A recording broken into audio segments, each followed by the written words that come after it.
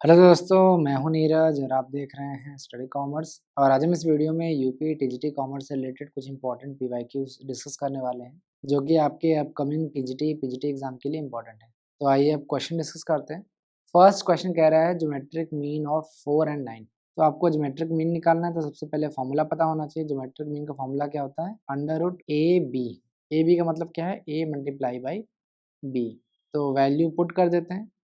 Under root 4 multiply by 9 कितना हो जाएगा? 4 9 36। तो ज्योमेट्रिक मीन कितना हो जाएगा? 6।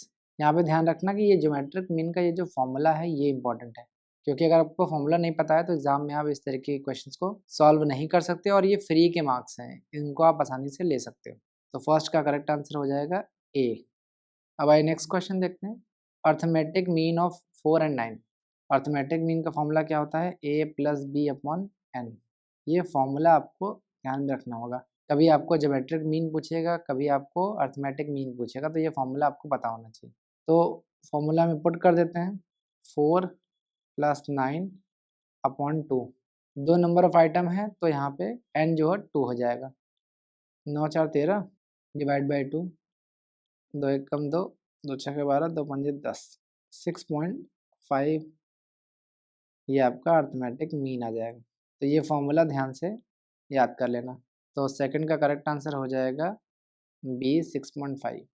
अब आइए नेक्स्ट क्वेश्चन देखते हैं। आपको कुछ इन्फॉर्मेशन दे रखा है, जैसे मिनिमम रेंट है 8000, एक्चुअल रेंट दे रखा है 1000, और आपसे पूछा है शॉर्ट वर्किंग क्या होगा।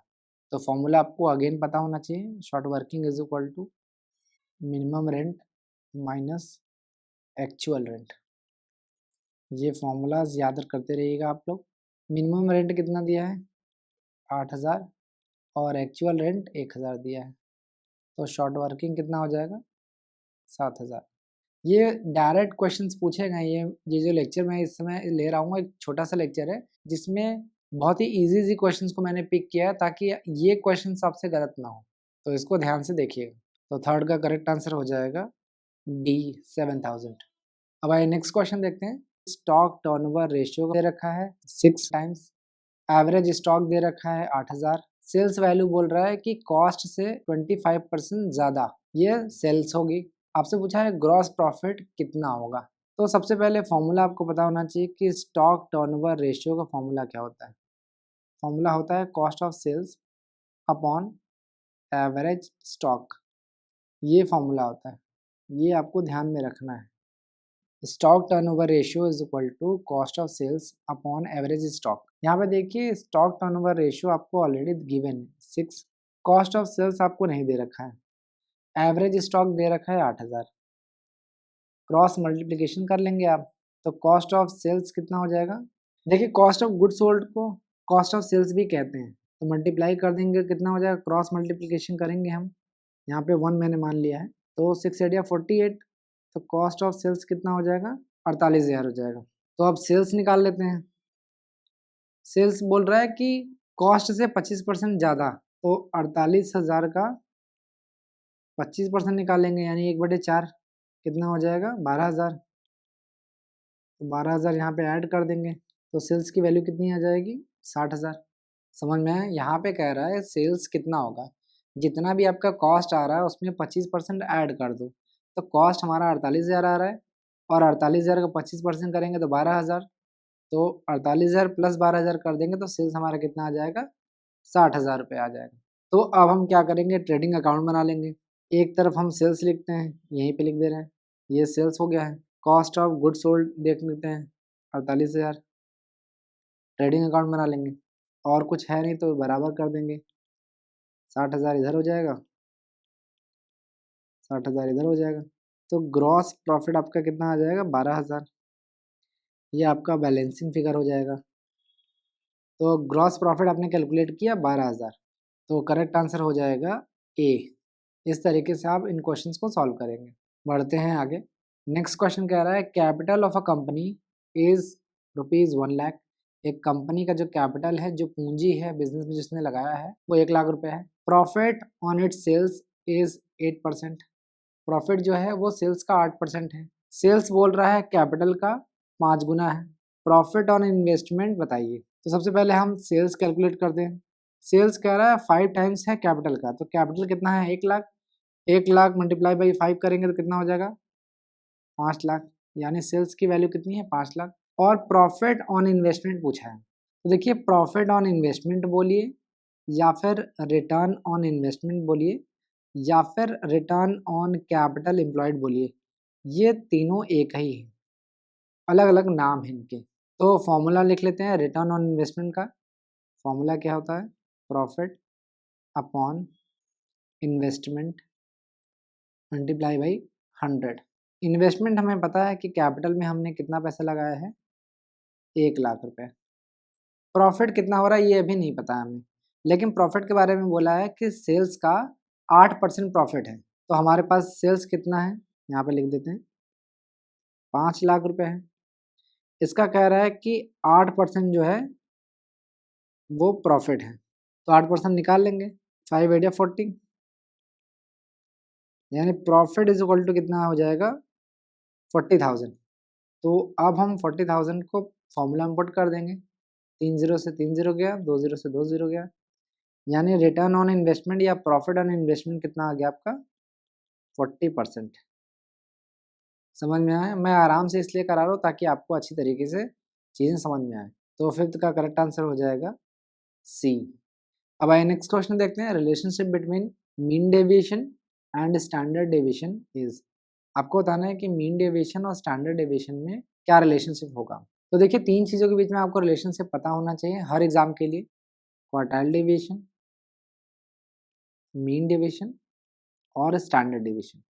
ठीक है, इसके लिए 3 नंबर याद कर लीजिएगा, 4, 5 और 6, ये हमेशा ध्यान रखिएगा।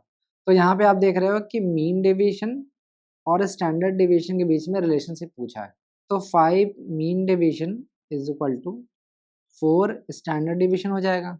अब यहाँ पे 5 मीन डेविएशन है, यानी 5 मल्टीप्लाई बाई मीन डेविएशन है, तो जब उधर जाएगा तो क्या हो जाएगा डिवाइड हो जाएगा, तो 4/5 स्टैंडर्ड डेविएशन हो जाएगा। ये समझ में आ रहा है आपको? यही मीन डेविएशन का रिलेशनशिप होगा स्टैंडर्ड डेविएशन के साथ, यानी mean deviation is equal to 4/5 standard deviation. तो करेक्ट आंसर हो जाएगा ए।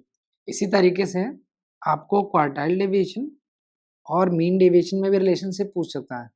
तो आपको बताया कि क्वार्टाइल डेविएशन की वैल्यू 6 होती है और मीन डेविएशन की 5th होती है। तो अगर क्वार्टाइल डेविएशन मीन डेविएशन के बीच में रिलेशनशिप पूछ लिया तो क्या करेंगे आप, 6 quartile deviation is equal to 5 mean deviation, फिर quartile deviation is equal to 5/6 mean deviation.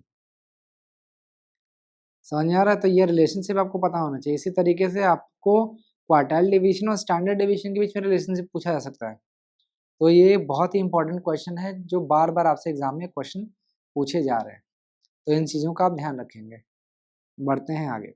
आपको कॉस्ट ऑफ सेल्स दे रखा है 79,000, सेल्स दे रखा है 1,10,000, परचेज दे रखा है 30,000 और आपसे पूछ रहा है प्रॉफिट होगा या लॉस होगा। तो देखिए आपको पता है कि जो कॉस्ट ऑफ सेल्स है वो 79,000 है और सेल्स जो है वो 1,10,000 है, तो निश्चित रूप से ये प्रॉफिट ही होगा। समझ में आ रहा है आपको? हम 2 तरीके से इसको सॉल्व कर सकते हैं। पहला, ग्रॉस प्रॉफिट का फॉर्मूला लगा के, जो कि फॉर्मूला है sales minus cost of sales. Sales दे रखा है 1,10,000 और जो कॉस्ट ऑफ सेल्स है वो 79,000 है, तो कितना हो जाएगा 31,000। ये आपका ग्रॉस प्रॉफिट हो जाएगा। या फिर आप ट्रेडिंग अकाउंट भी बना सकते हैं इस तरीके से। यहाँ पे आपने देखा है सेल्स दिया गया है 1,10,000 और कॉस्ट ऑफ सेल्स दे रखा है 79,000 और कोई वैल्यू है नहीं।